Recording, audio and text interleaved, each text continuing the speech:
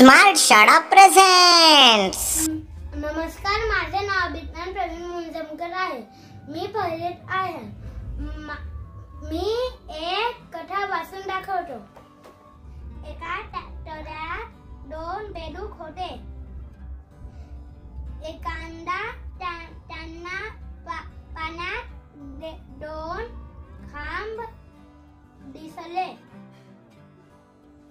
त्यांनी एक वेळ आणून खांबांना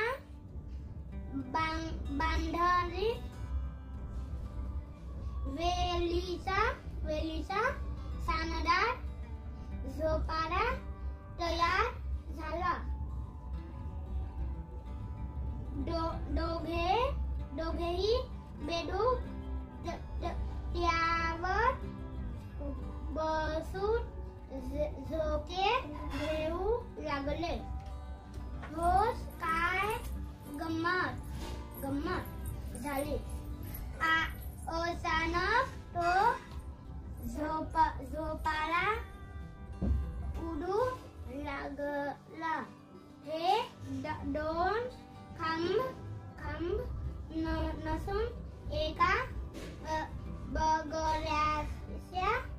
बगऱ्याचे पाय आहेत हे लक्षात आल्यावर बेडकांनी